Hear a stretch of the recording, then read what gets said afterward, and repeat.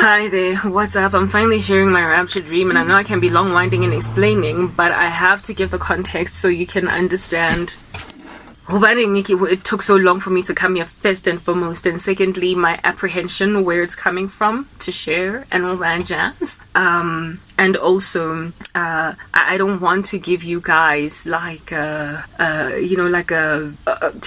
prosaic sort of kind of rapture experience that has lost the poetry. And I'm just like bringing platitudes here to you guys to understand, like a very cliche typical, we've heard it before, comfort one another with these words, and so we just go and tell you I saw a beam shooting up into the sky. It can start, like rapture dreams can start to sound prosaic and like platitudes, like people just kind of insincerely trying to comfort people about this wretched global state that everything is in, but with there being very limited actual comfort when you hear them speak. Sometimes I've listened to so many rapture dreams that my heart has basically just flatlined. I've coded and I'm like, okay, let's see, right? Even though I'm still watching High Watch for it because I'm persecuted and because the world looks too bizarre to still be around another 20 days, let alone years. You know what I mean? So I'm still hopeful for it, but I'm trying to like not get my hopes too high, leave room for disappointment. Otherwise I would just enter into so much morbid depression that I wouldn't be able to deal. So let's get straight into it, okay? My rapture dream commencement. This is where it started. Alright. Lord have mercy. Okay, so it's about the details.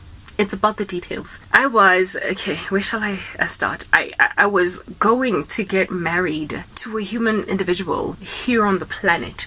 A man, not Jesus Christ, the Messiah, but a mere mortal. And this man was a man from Botswana. That I told you, it's about the details. Okay. I had been flown from South Africa. I'm South African. Hello, what's up? Just in case you're confused, I'm from South Africa. This man met me, what I understood to be obviously online. We met online in the sense that he reached out to me because of the work that I do for Jesus Christ. Amen. I just so didn't want to share this dream so badly. For me to share it is like, drat. Because what if nothing of it comes to pass? But to a point, after waking up from this dream, I was like, I need to watch out for these signs to prevent this activity. Yeah, I've tried before to prevent activity that I saw in my dreams, and then I wake up finding myself walking in it. And I'm like, but I said I would prevent this. I said I would stop it. That's the thing about thinking that you can defy prophecy. Prophecy comes to pass via providence, and providence is fortuitous very much. A lot of times it is unpredictable. So even if you think you can thwart and block God's prophecy, you will find yourself walking in it by happenstance, and then only once you are in the prophecy fulfilled do you wake up and realize it happened, even though I wanted to block it, I wanted to stop it. So those of you guys who think you can rock up and listen to enough Christian prophecies, write them down, and then embark on some kind of a 5-tier strategy to block it, all the best. God is smarter than you. He raises a standard above us all, including Satan. Dream on, dreamer. If you think you're gonna stop prophecy, it's gonna come to pass, and only once it's been fruition are you going to be like, I made it happen. Just like Joseph's brothers, providence brings prophecy to pass. So even the said prophet, speaking such things as these, in and of themselves will find themselves in the whirlwind of fulfilled prophecy without having seen it coming. It literally hits you like booyah from the back of ya. That's what's good. Like a projectile thrown out of a tornado. Gah! That's how prophecy slaps you, even as the one giving the prophecy. So just kind of putting that out there. When I had this dream, I literally told myself, I'm gonna block it. I'm gonna block it. I'm gonna prevent it. Because I don't want this thing. Well, I guess time gonna have to tell. Let's see how Jonah experiences going to Nineveh anyway, in my particular state. So in this dream, I had been flown out of South Africa to Botswana, and I had met this male, okay? Father in heaven, I beg you, help me block this thing, cause I don't want it. I got to that game. I already come from some American dude that played games, pulled stunts, was a witch, hurt me.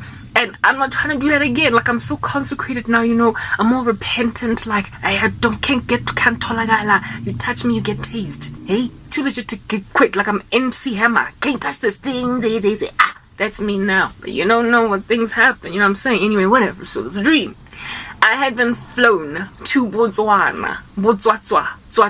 Alright, Botswana. And the fiance man that I had been flown to Botswana to go and marry, I met him in South Africa. No, I met him in South Africa, Botswana, and it was on the internet through one of my social media platforms. He likely reached out to me or something, and I had an understanding that we had conversed for a season and likely fallen in love. And he then was like, "Marry me," and I was like, "I will marry you," alright? And then the process of me getting married to him was then embarked upon. And I was then flown over to go and basically marry my husband in Botswana, and I was gonna move to Botswana. I was gonna live there. I was basically going to be, go join my husband there, right? But I was still single in this dream, yet to be married. However, I had accepted a marriage proposal. So essentially I was betrothed to a Tswana man. I don't mind no Tswana man because I'm half Tswana, hashtag, you know what I'm saying? So let's keep it pure, alright?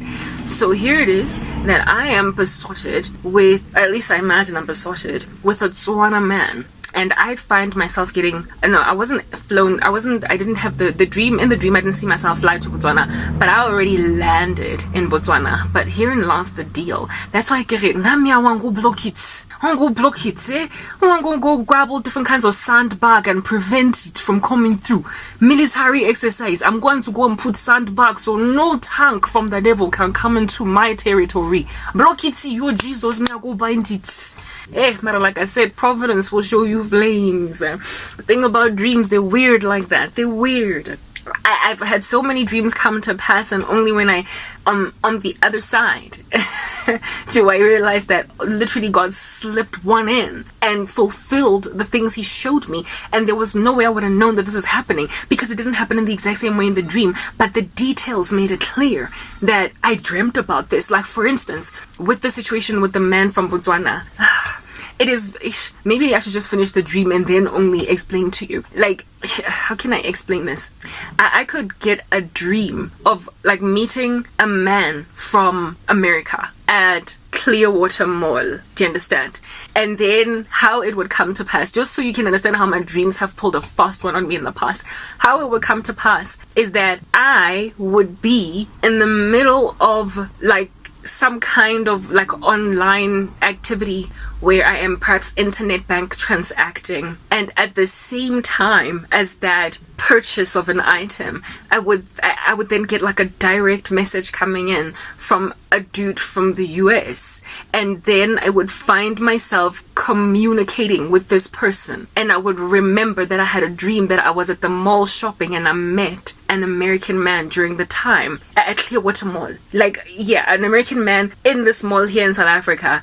Almost as like an American man rocking up greeting you in the mall with an American accent and all. That's the dream. And in waking life, I'm online shopping and I get DM'd by an American man. And it's like, that's how it comes to pass. So literally, there's no blocking it. I can't prevent it because I can't foresee the exact details coming to pass, because it's a mix of providential circumstances that ultimately turn out to be true. Which is why I'm languishing to God on something. I don't want this thing to come to pass. I don't want it to come to pass, because how am I going to prevent it? I will stand up all night, stake out my environment and prevent it. So that's what someone do. And then it happens anyway. And I'm like, I dreamt about this. It's just the details were all discombobulated. That's how my spiritual gifting works, you guys. It's so frustrating.